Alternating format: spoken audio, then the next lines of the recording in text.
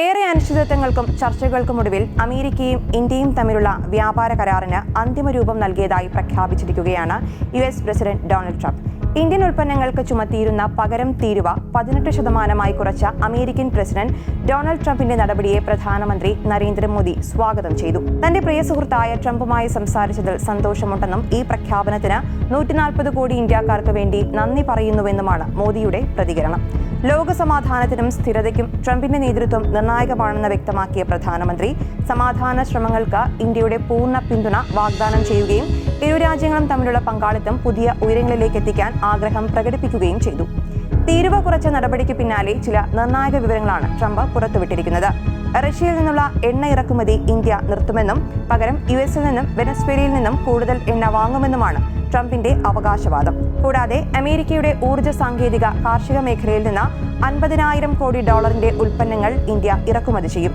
American ഉൽപ്പന്നങ്ങൾക്കുള്ള തീരുവ പൂർണ്ണമായും ഇളവ് ചെയ്യാനും തീരുവയിതര നിയന്ത്രണങ്ങൾ ഒഴിവാക്കാനും ഇന്ത്യ സന്നദ്ധമായതായും ട്രംപ് അറിയിച്ചു.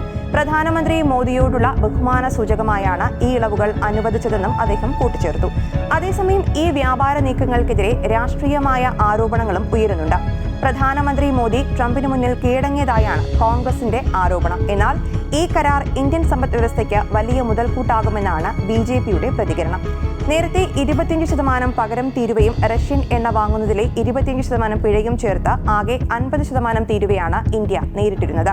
പുതിയ ഇളവുകളിലൂടെ ഇത് 18% കുറയുന്നത് ഇന്ത്യൻ കയറ്റുമതി മേഖലയ്ക്ക് വലിയ ആശ്വാസമാകും. ഈ നിർണായക സാഹചര്യത്തിൽ വിദേശകാര്യമന്ത്രി എസ് ജയശങ്കർ 3 ദിവസത്തെ സന്ദർശനത്തിനായി അമേരിക്കയിൽ എത്തിയിട്ടുണ്ട്.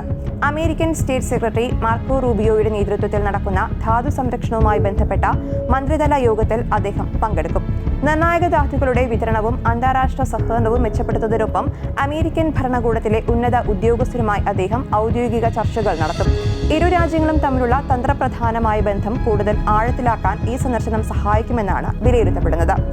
റഷ്യൻ അസംസ്കൃത എണ്ണ ഏറ്റവും കൂടുതൽ വാങ്ങുന്ന രണ്ടാമത്തെ രാജ്യമായ ഇന്ത്യ ഇനി മുതൽ അവിടെ നിന്നുള്ള എണ്ണ വാങ്ങൽ അവസാനിപ്പിക്കുമെന്നാണ് ട്രംപ് അവകാശപ്പെടുന്നത്. മാസങ്ങളോളമായി അമേരിക്ക ചെലുത്തിവന്ന സമ്മർദ്ദത്തിന് ഒടുവിലാണ് ഈ തീരുമാനം എന്നാണ് റിപ്പോർട്ടുകൾ. 2022 യുക്രൈൻ അധിനിവേശത്തിന് ശേഷം പാശ്ചാത്യ രാജ്യങ്ങൾ റഷ്യയെ സാമ്പത്തികമായി ഒറ്റപ്പെടുത്തിയപ്പോൾ ഇന്ത്യ കുറഞ്ഞ നിരക്കിൽ റഷ്യയിൽ നിന്ന് എണ്ണ വാങ്ങിയിരുന്നു. കഴിഞ്ഞ ഡിസംബറിൽ Russian president Vladimir Putin India സന്ദർശിച്ചപ്പോൾ എണ്ണ വിതരണം തടസ്സമില്ലാതെ തുടരുമെന്ന് അറിയിച്ചിരുന്നു. എന്നാൽ ജനുവരി മുതൽ റഷ്യയിൽ നിന്നുള്ള എണ്ണ ഇറക്കുമതി ഇന്ത്യ കുറച്ചു തുടങ്ങിയതായാണ് റിപ്പോർട്ടുകൾ സൂചിപ്പിക്കുന്നത്. ഇന്ത്യ-US വ്യാപാര കരാറിന്റെ ഏറ്റവും വലിയ പ്രതിസന്ധി എന്നത് റഷ്യൻ എണ്ണയായിരുന്നു. റഷ്യൻ എണ്ണ വിഷയത്തിൽ ഇന്ത്യ മയപ്പെടാതിരുന്നതാണ് ഈ കരാർ ഇത്രയും വൈകാനുള്ള കാരണം. ലോകം ഉറ്റുനോക്കിയ ഇന്ത്യ-US വ്യാപാര കരാർ യാഥാർത്ഥ്യമാകുന്നുവെന്നത് വലിയ കാര്യം തന്നെയാണ്. പക്ഷേ ഇതിനായി റഷ്യൻ എണ്ണയോട് വിട പറയുന്നതിൽ വലിയ വില നൽകേണ്ടി വരാമെന്നും വിലയിരുത്തലുണ്ട്. കോവിഡിന് ശേഷം രാജ്യത്ത് പെട്രോൾ ഡീസൽ വില കൂട്ടിയിട്ടില്ല എന്നതാണ് വസ്തുത. ഇതിന് പ്രധാന കാരണം റഷ്യൻ എണ്ണയാണ്. യുക്രൈൻ യുദ്ധത്തെ തുടർന്ന് US-ഉം യൂറോപ്യൻ യൂണിയനും റഷ്യൻ എണ്ണയ്ക്കുമേലുള്ള ഉപരോധം ഘടിപ്പിച്ചു. എന്നാൽ ഇന്ത്യ റഷ്യയുടെ ഏറ്റവും വലിയ വ്യാപാര പങ്കാളിയായി മാറുന്നതാണ് പിന്നീട് ലോകം കണ്ടത്. ഇതിനു കാരണം പുടിൻ ഇന്ത്യക്ക് വാഗ്ദാനം ചെയ്ത കിഴിവുകളാണ്. ട്രംപിന്റെ ഓരോ നടപടിയിലും റഷ്യ ഈ ഇളവുകൾ വർദ്ധിപ്പിച്ചുകൊണ്ടിരുന്നു. ഇത് ഇന്ത്യയുടെ ബാലൻസ് ഷീറ്റുകളിൽ നൽകിയ ആശ്വാസം ചെറുതായിരുന്നില്ല. നിലവിൽ ഈ ഇളവുകളാണ് ഇന്ത്യക്ക് നഷ്ടമാകാൻ പോകുന്നത്.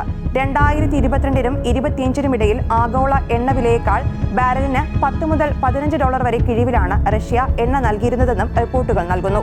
നിലവിൽ റഷ്യൻ എണ്ണയ്ക്ക് പകരം ഇന്ത്യ പരിഗണിക്കാനൊരുങ്ങുന്നത് വെനസ്വേലൻ എണ്ണയാണ്.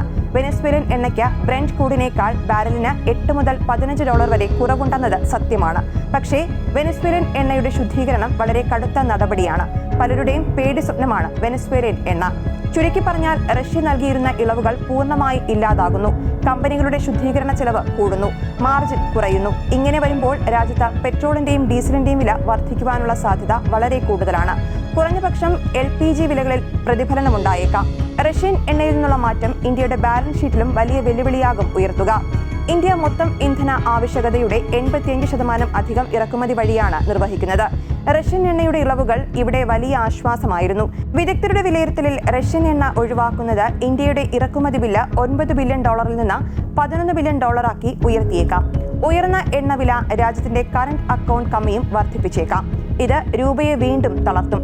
റഷ്യൻ എണ്ണ പൂർണ്ണമായും ഒഴിവാക്കാൻ ഇന്ത്യ സമ്മതിച്ചുവെന്നാണ് ട്രംപ് അവകാശപ്പെടുന്നത്.